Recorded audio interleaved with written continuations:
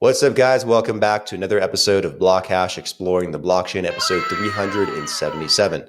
Today, I have Neil Sahota, the lead AI advisor to the United Nations, here to talk about the state of AI in 2024 and what AI is going to look like here this year and in the near future, and what he is seeing being worked on, being regulated, being put together behind the scenes. Neil, welcome to the show. Super happy to have you here, and we're going to have a great conversation today.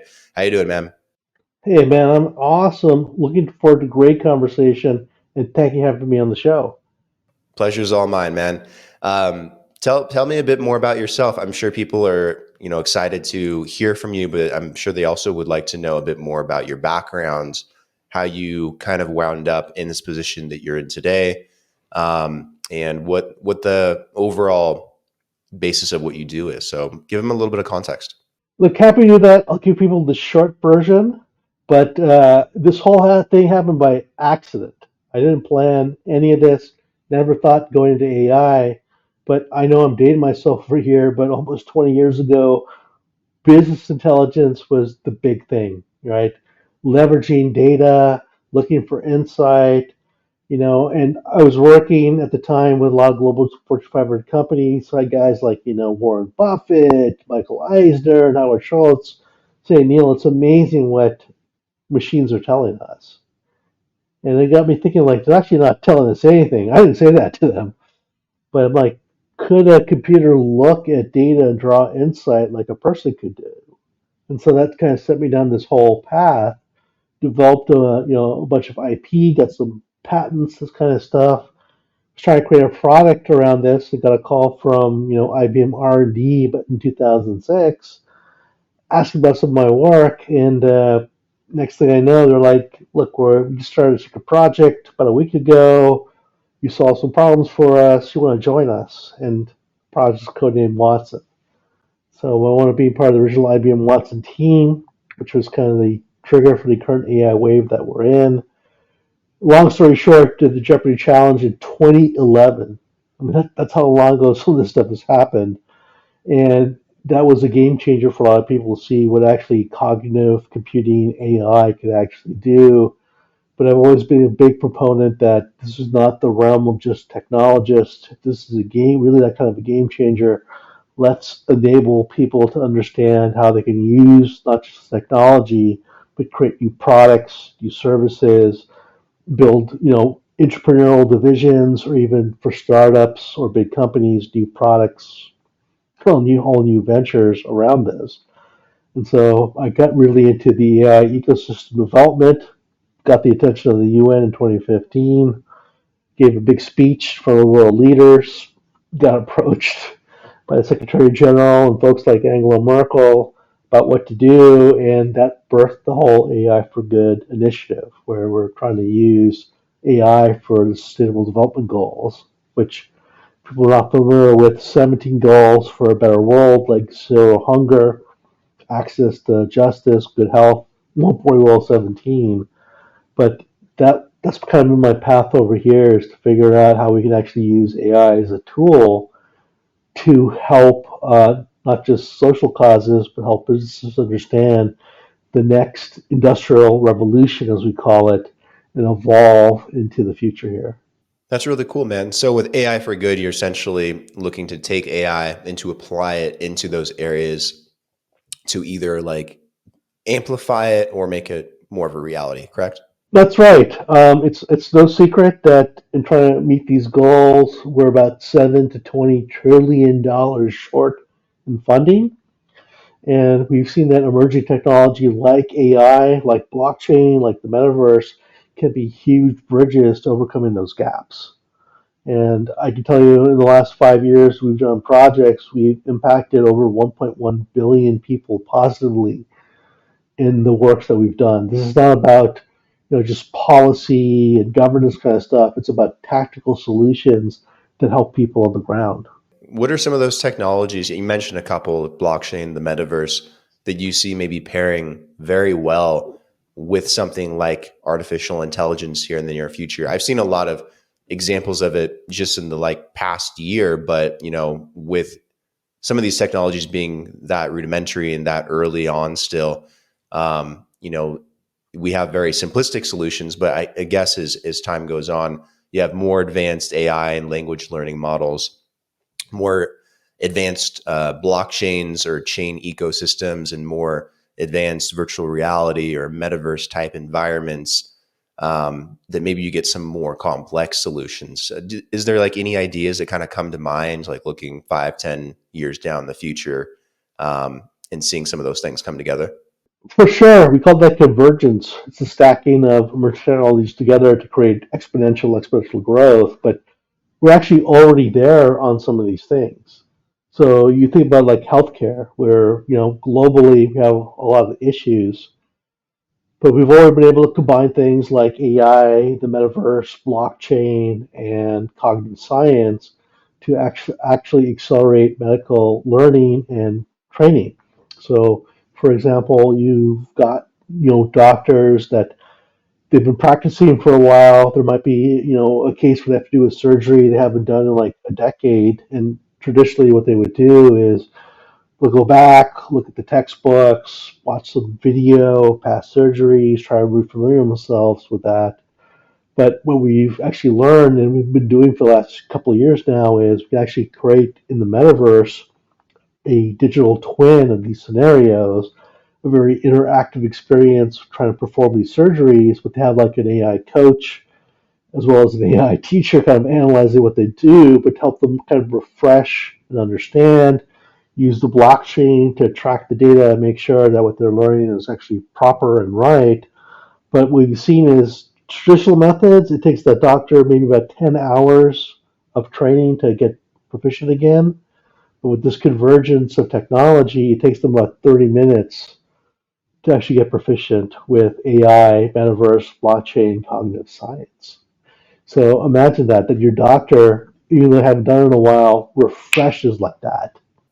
I guess there's a lot of ways that that could be done. It'd be cool to, be able to have that stuff like in virtual reality, right? Like in the metaverse, have doctors, teachers, performers, enthusiasts, professionals of all kinds, be able to utilize some of those tools and reach a lot of people. Look, it is, but this is not like pie in the sky thinking anymore. This has actually been done over the last 6 years, and there's been enough benchmarking now that in the last 8, 9 months, this thing has really taken off into a whole new trajectory. That it's not only accepted, trusted, but now there's talk within hospital systems and medical schools about expanding this out to not just okay, refresh the skills for like surgery, but can we do this to train doctors in bedside manner? Could we train this to look for different kinds of disease and illnesses, especially those that might look similar to more common ones to help prevent misdiagnosis? At least in the US, one of the most popular ones is like the teledoctor one, where you can, get with a doctor like pretty quickly, and you can pay like this subscription for it, and you can get seen by a doctor, diagnosed by a doctor, prescribed by a doctor, all virtually. And I do think stuff like that is the future, rather than having to sit in a waiting room and go through a long bureaucratic process just to see the doctor and have them tell you that you just need to sleep for 4 days. um, and yeah, and from a training perspective, I think that will be huge, reaching a lot more people and being able to immerse them and give them the opportunity to learn certain skills and techniques and methods, for like being a doctor or being a professional, I guess, in any kind of field. I guess this could be broadly applied. Um, but it makes a lot of sense. And I do think that's where things are going to be going.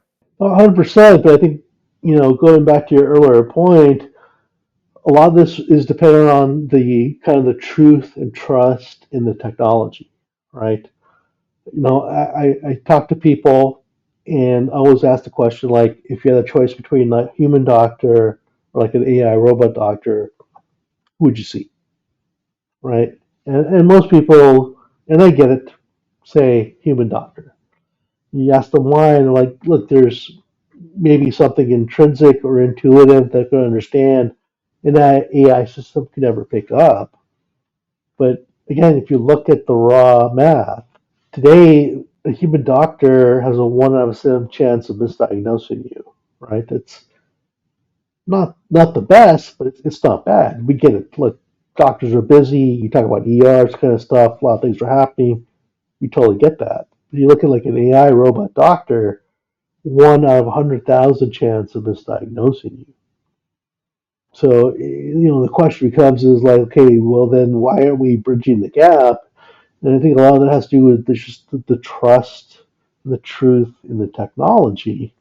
And I think that's actually why I think it's really important to leverage things like blockchain, where we can actually be able to show and prove to people, like, look, there's a lot of robust training, a lot of things around diversity, all that kind of stuff. Because, like, you think about a heart attack, those symptoms manifest very differently just in men and women. That's a very high example, but those are things we have to think about, is these different variations and use cases.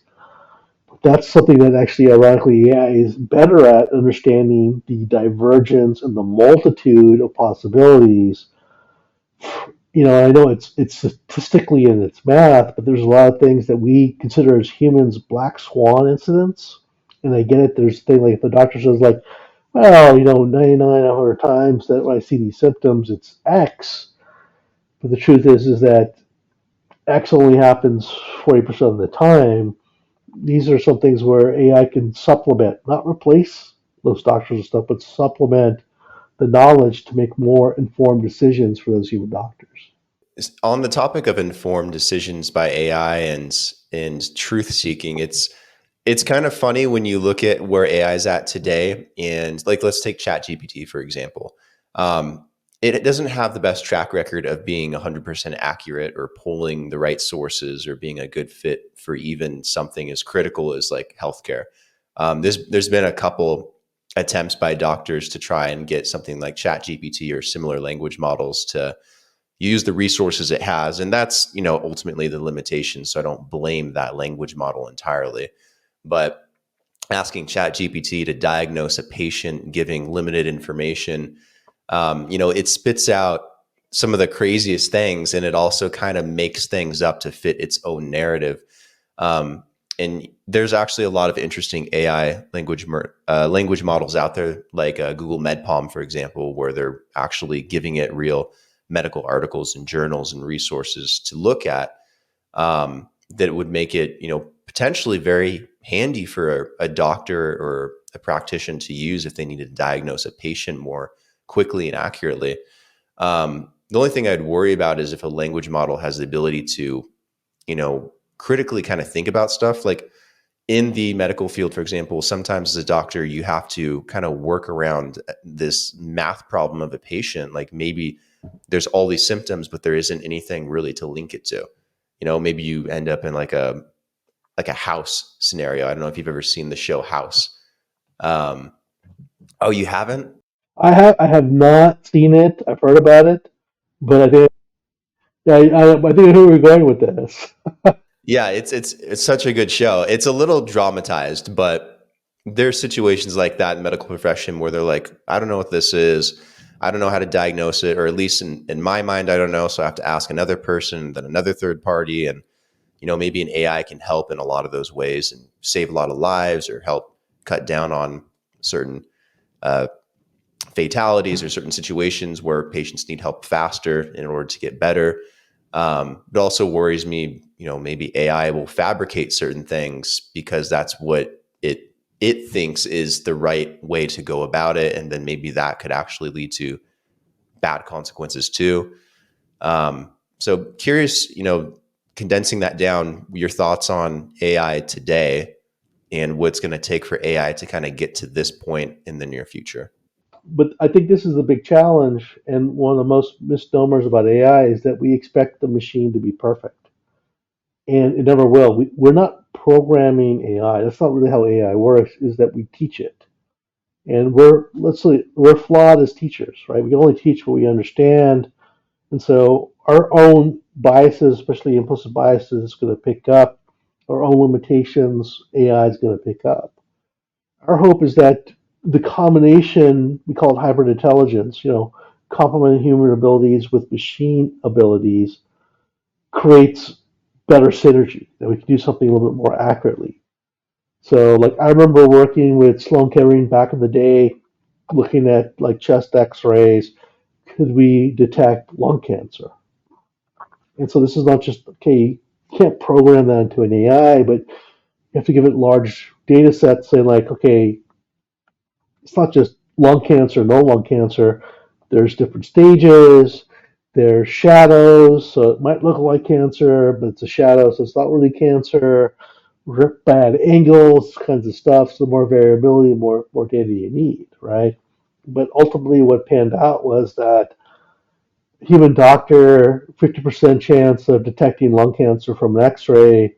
AI system, 90%, right? But AI working with the human doctor, flagging stuff and looking at it, 98% chance of accuracy. So it's the combination of both that's really the most important. So we can't forget that. This isn't about, like AI machines replacing human beings. Again, it's just hybrid intelligence complementing what we're already doing. And I can tell you, working with a lot of, especially global Fortune 500 companies, as much as they've gone in thinking like they'll be able to reduce headcount using some of these AI tools, that really has not happened. What they found is to be able to offload a lot of the grunt work, but there's a lot more value add complex work that needs to be done where humans are better than AI, and they've shifted people towards that work. So it's been more of a retraining and get ready for the future of work than anything else. That's one key consideration here. The other is the bias factor that we expect machines to be 100% perfect. That's just never ever going to happen. One, we teach the machines and we're already flawed. But two, I forgot who said it. They're spot on. All data is biased, right? I'll say again, all data is biased, and we just don't realize some of that.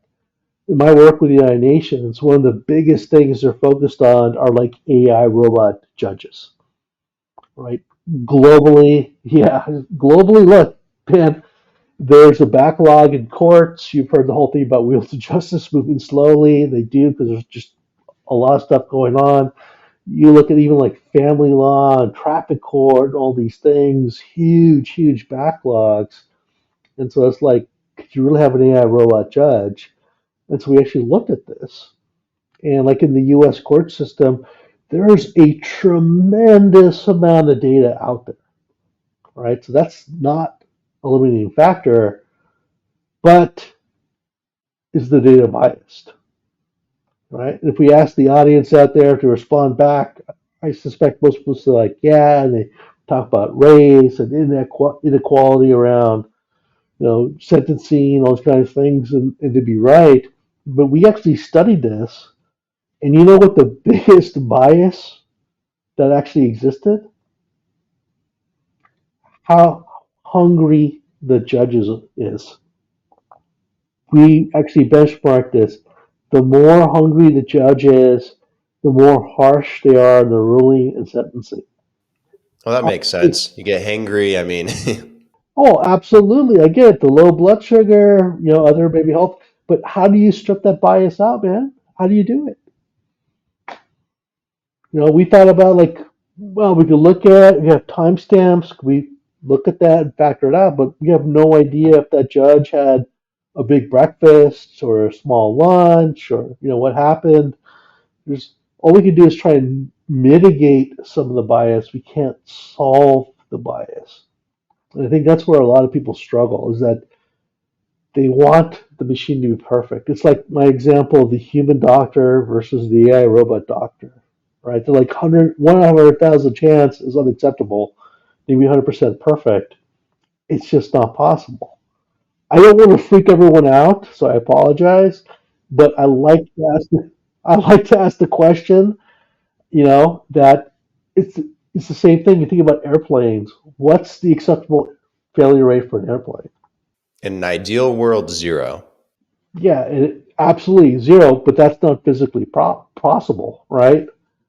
There's an acceptable number. I can't share it. I assure everyone it's a very, very small number, but there's an acceptable failure rate for airplanes, and people freak out when I say that.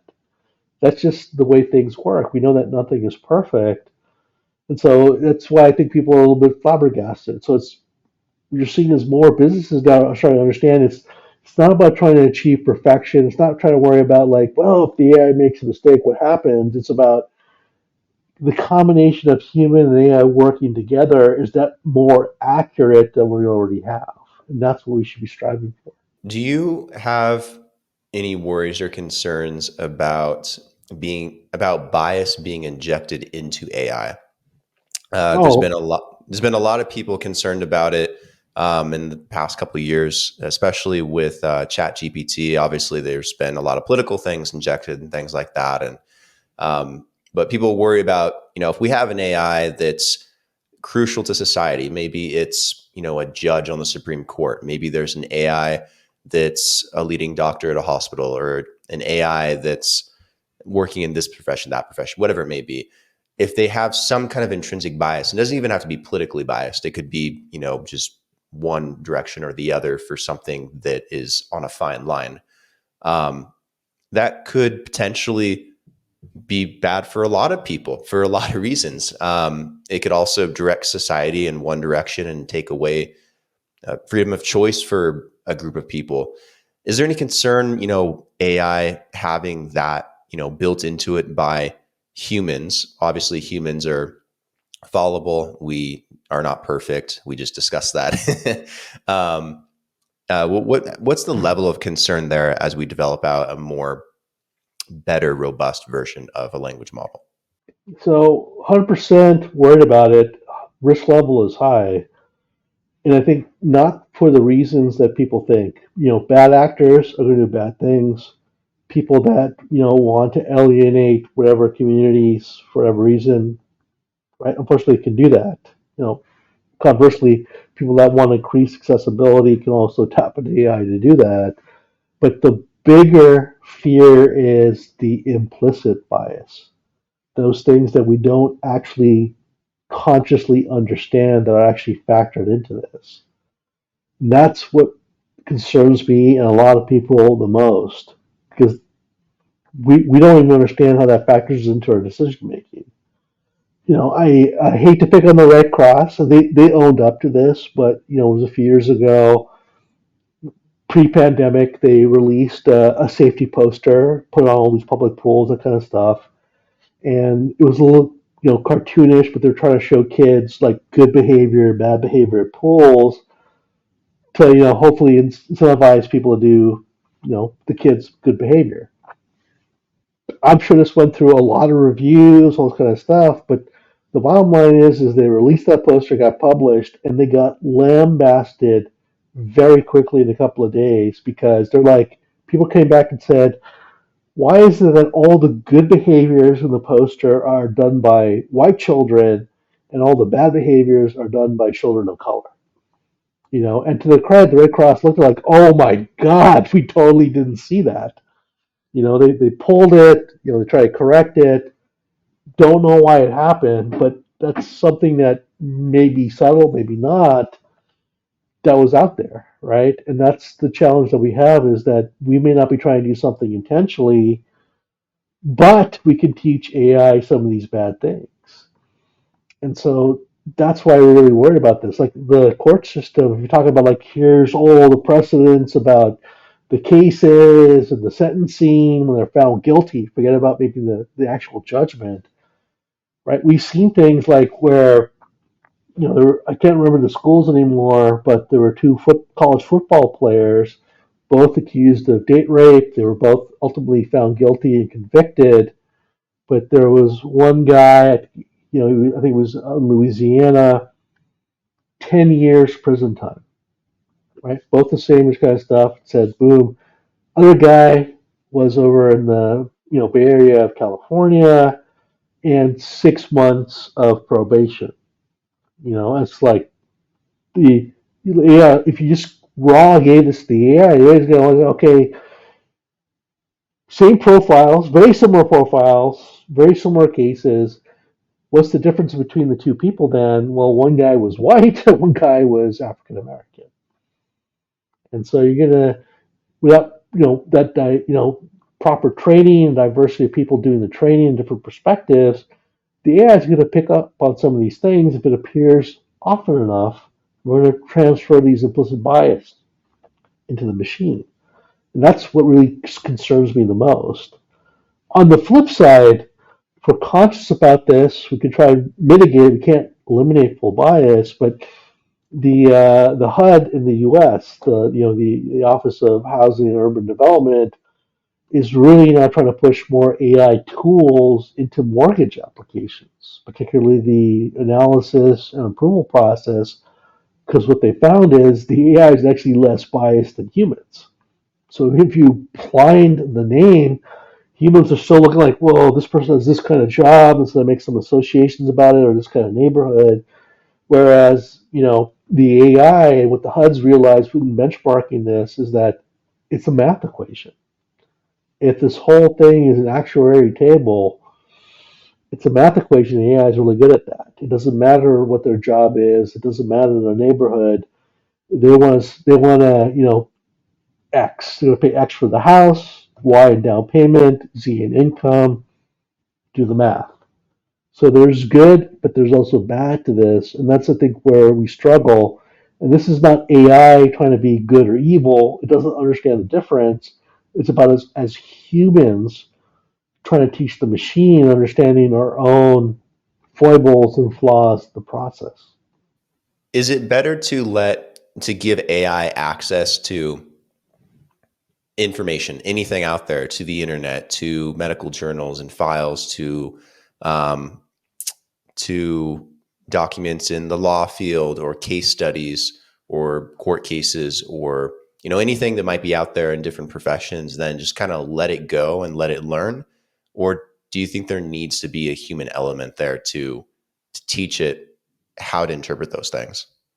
There definitely needs to be a human element, right? I mean, if you just let it out the universe of the internet, think about one, the amount of conflicting information, but do you want AI to think that like the National Enquirer is a trusted resource, right? Some of these extreme media outlets that they don't care about necessarily truth or facts as a trusted resource. So when we talk about like AI and the training, one of the things we always emphasize is the ground truth is the most important thing. And the ground truth is the rules we give to AI on how to make decisions. So we don't tell AI what the decisions are. We give it rules on how to actually try and figure this out. It's much like you have a 3-year-old child. You want to explain to the kid the difference between good and bad behavior. You can't just list out an infinite number of examples. You can't wait for something to happen and be reactive. You have to teach the child some basic rules so they can make decisions on their own. Something, very high level. And I'm really oversimplifying this, but you tell the child like something that helps people is good, something that hurts people is bad, right? We know we can dissect that 7 ways to Sunday already, but that's what you really have to do with AI. That's why that ground truth is so important. So bad actors, we know, and they've already done this, have weaponized the technology, but the rest of us that are trying to do something hopefully positive or at least beneficial have to really factor into then what makes that ground truth up. Have you ever seen the movie I, Robot with Will Smith? I have. Good movie. It's a good movie. They have a similar concept in the movie where the AI as well as the robots in the movie are governed by these laws. And these laws kind of keep it within a box so that it can't do bad things, um, or interpret things in a certain way or make certain critical judgments that might be detrimental to humanity or to society. Um, and I know this is Hollywood, but it's good because it makes you think. In the movie, the AI, I think he was called like Vicky or something like that, um, had enough consciousness to decide that it didn't want to follow those rules. Could we get to a point where we build language models or an artificial intelligence program that is able to make a judgment like that? Like, is that something straight out of Hollywood, or is that something feasible in the near future? So theoretically, is it possible? Yes. In actuality, are we going to achieve that? The honest truth is no one knows. We're not anywhere close to it. It's something we call AGI, artificial general intelligence. Very few people are even working on that. That's the thing. There's this whole thing about, like, we call it the Terminator scenario. Like, will AI reach the point of singularity? Will it become self-aware? Smarter than humans? Will it follow the path of like Homo sapiens and eradicate the previous species, which is us? I'm really doubtful is that's actually going to happen. Even more people work at AGI. You always hear things like we're 50 plus years away from that happening, where people are actually channeling their efforts are into the cyborg future, which is actually what I believe in that we're actually trying to augment our own human abilities with machine abilities. So even beyond hybrid intelligence, but we've already seen things, and I've worked on some of these things, but like, you lose a hand or something, can you replace that with a robotic limb that you can essentially control with your mind? And to a basic degree, we can actually do that. There's been experimental surgeries, I think a dozen of them now, where people that are vision impaired, like blind, we can actually put digital cameras into their eyes and transmit the signal into the brain. It's black and white and it's grainy, but it's a level of vision. It'll get better over time because technology always gets better and the cost comes over. So you have more people more focused on how do we actually augment ourselves as humans to become cyborgs than working on singularity.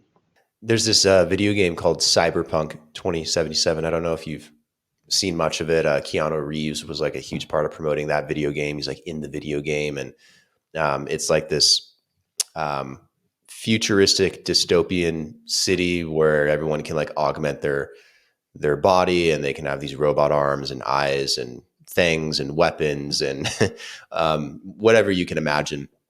It kind of gives me like these interesting, I don't know, like RoboCop vibes. Like maybe there's going to be a future where everyone is enhanced or everyone has like certain types of um, external mechanics applied to them. Maybe, that makes their life better. Like maybe they can walk again, maybe they can see again, maybe they can hear again, or maybe it's something that amplifies their life. Like maybe they can jump higher, or maybe they can live a little longer, or breathe underwater. I don't know what that'll look like, but what do you think the reality is of where maybe we can take that? Like, do you think we'll go like full on science fiction and everyone will be like fully augmented in some kind of way? Or is it more of a practical timeline where it's solving real problems, real ailments, real physical distortions that we have to fix? It's a great question. I mean, I wish I could say it was just about fixing problems and helping people with health issues, but the truth is we're moving already beyond that. When you're talking about people that want, can we have humans and help humans process infrared spectrum, X-ray spectrum? So, I mean, like cybernetic eyes, and I think this goes more to that cyborg future and extended life. So we're not even talking about humans being able to live a couple hundred years. People are talking about, can we make people live 1,000 years? Can we download your brain and put it into a robot? Whether we can ultimately or not, we'll see. But there's now a huge concern around just accessibility and cost. Because, like, the surgery, like I said, with the, putting the digital camera in the eyes, the, robotic arm, it's not cheap right now. Hopefully over time it will get better. But the question becomes is then who can afford this and who should get this? And if it becomes basic medical care, do we enable access? How we do that to make it actually happen? So there's a lot of existential questions even around the cyborg future that I think we're not ready. The ironic thing is we're living in a time of what we call hyper change. We know things change is happening faster and faster, but we're in a period now of the fourth industrial revolution, with all these emerging technologies that we're about to experience 100 years worth of change just in the next 10. And we're still, as a society, a reactive thinking mindset. If we wait for things to happen, like, okay, oh, this happened, okay, let's figure it out, make sure it doesn't happen again. We can't do that anymore. At this point, things happen at such a scale and impact, it's too late. If we're not proactively understanding what could happen, it's already too late. And I think that's where we're seeing a lot of the struggle. So, Cyborg, Terminator, Singularity, Extinction Event, all these things, they're great things to talk about, but there's just things on the ground right now happening, like basic healthcare kind of stuff that's happening, or things even in law or politics, or even our advertising or deep fakes that we're behind the curve on. Yeah, the deep fakes scare me the most right now because then you just don't know what to believe anymore because they look so real. Um, that stuff is very eerie. Oh, we just saw that there was a deepfake audio of President Biden in the New Hampshire primary telling people not to vote, right? And hopefully it was caught, hopefully quickly. There's another incident with a famous influencer in Canada, and they were saying she was saying all these things, which wasn't. But the bigger problem is it's so easy now to do deep fakes. Is that what does the average person do, right? If you're not a well-known celebrity, you don't have the resources of these other folks. You can do catastrophic damage just in 24 hours to somebody now, and that's become the bigger concern. Is that we're again behind the curve on this. Yeah, it feels like we're entering the singularity in a lot of ways. Like I'm a huge fan of Ray Kurzweil. I think he was way ahead of his time on a lot of this stuff, and I think he was pretty spot on about where things would advance and how. Now, I don't know if like the full idea of the singularity will come to fruition, by the 2040s or whatever he predicted. I have to go back and reread, but um, it seems like a lot of that stuff is happening and very quickly. Like we're living in this reality that did not exist 10 years ago at all, at least not publicly. So it gets a little scary at times because you see all these things popping up. You have deep fakes and then AI and then Tesla's creating a robot, and it's like, where do we go in another 10 years? Well, this is the interesting thing, right? Dichotomy. We were talking about AI and all these things and deepfakes and what we do. At the same time, AI is a powerful ally in combating some of these things or jumping ahead of it. One of the great things about AI is that it can, look at, you know, millions of scenarios in a time frame. We can only think of 3 or 4 scenarios. It's looking at things that mathematically that are very possible, but yet as people we think it's a black swan type of event. And so we're seeing again more convergence with AI and IoT and the metaverse, the cognitive science, and these things to actually try and simulate what potentially could happen and really run through millions of scenarios to find the optimal solution, hopefully jump ahead of a crisis situation before it actually happens. But again, that's again another big mindset shift that a lot of organizations aren't quite there yet. And again, they're thinking like, well, how can AI do that? That seems the realm of people. But again, it's just not AI doing something better than people. It's AI supplementing our ability to consider different scenarios. It's hybrid intelligence. And so you see, the organizations that are embracing that and leveraging these capabilities that are actually advancing ahead. Ironically, mining companies, like Rio Tinto and Grupo Ball and Anglo Americans are at the forefront because no one believed sustainable mining it was possible. Just the very nature and the environmental impact, but because they've actually done this kind of convergence, they found better ways of mining. Yeah, maintaining profitability or improving profitability, but limiting environmental impact, reducing safety concerns. All these things are actually possible. It's just most of us don't quite believe that yet. We don't think it because we don't think it's possible. We don't see the opportunity. Yep, and soon we'll be mining asteroids. Uh, I I think it was China was about to launch a mission around that. So we'll see in the future. Unfortunately, we'll have to start wrapping up the episode here soon, but I want to touch on one or two things here before we do. I know you mentioned that the EU Parliament was working on a set of regulations around AI. Maybe you can tell us a bit more about that and maybe what we can expect. Yeah, so the EU Parliament is working on something they call the AI Act, And so it's really trying to understand the interactions and the transparency of how AI is being integrated into the business and how that actually influences people and their decision making process. So we live in the digital age where there are no boundaries. So even though other countries may not be considering this quite yet, whatever the EU winds up deciding here, and it sounds like in the next few months this thing will actually pass, will create a set of restrictions, constraints, some good and some people will say bad, on what can be done on a global basis.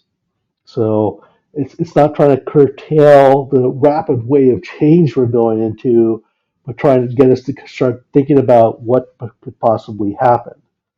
So it's a big step, for all the things that's going on in the world and some of the pushback on China. They've actually also been in the forefront of pushing for more global regulation, realizing that there's a lot of things people are working on that they don't even fully understand what they're doing. The Biden administration, passed their guidelines around AI, at least for government agencies. So we're starting to see some of the first steps. But I think the truth is what the EU is doing with the AI Act is a major real step towards actually doing that. So this is not about trying to inhibit, but trying to, direct and guide where we're going to go in the future with AI. Interesting. Do you think that that'll be used as maybe a blueprint for countries like the US to implement some set of framework as well?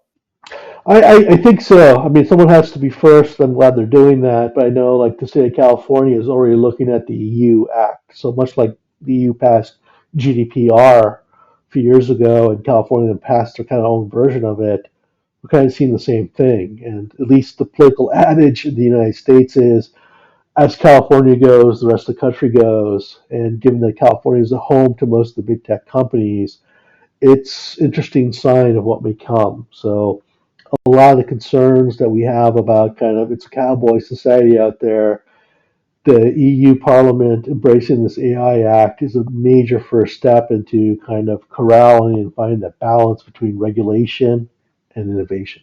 Last question. When you're talking to the UN about AI, I know you mentioned this a little bit ago at the beginning of the episode about AI for good and some of those initiatives. Is that the main focus on what you emphasize with them, how to apply AI for good in good ways to certain industries, to amplify them, to make them a reality, to help in certain areas of the world or help people, help humanity? Or do you guys talk about, other things as well, maybe risks of AI or potential best practices for AI or AI affecting, the job base, for different industries? What's the breadth of things that you look to cover when you're addressing them and, in a way, educating them? It's a good question, and it runs the gambit, right? The reason we started calling it AI for good was that at the time there was a lot of fear mongering, right? Obviously, there's a lot of commercialization and trying to figure out ROI from a business standpoint. There's a lot of fear about loss of jobs and well, the Terminator scenario. But we want to try and help people understand that this can also be used as a tool to create positive benefits. But we do look at policy regulation. We look at the impact on the labor force. We have a variety of initiatives that I work with a lot of the member nations on workforce development, both future and current, retraining of the workforce. But we also have a duality on this. So while we talk a lot about AI for good, we also look at what we call AI for bad, all the negative impacts and the misuses. And that's one of the big things is that I think a lot of people forget about this is lots of smart technologists, but they build towards an outcome. So they're building towards X. They're not thinking about other uses or potential misuses. I like to use drones because obviously I travel a lot for work. When drones first came out, it's like, okay, it's great. You can survey land, do some of these things, but no one thought about like, well, someone could fly that to airports. That could suck the jet engine, plane crashes, or it could be over your backyard taking video of your small kids. That's not cool. The thing is, when drones were getting developed and the video technologies were getting developed, no one thought of those use cases. And so we think about AI for bad. We also look at all the great tools that we have, yeah, how can we use them for positive impact, but how could bad actors use them for negative impact? And how could these things be used in ways that weren't originally thought of, like other uses that's not out there? And that's the main goal over here, is that we understand the breadth of possibilities, so we're ready for it in advance, the proactive thinking.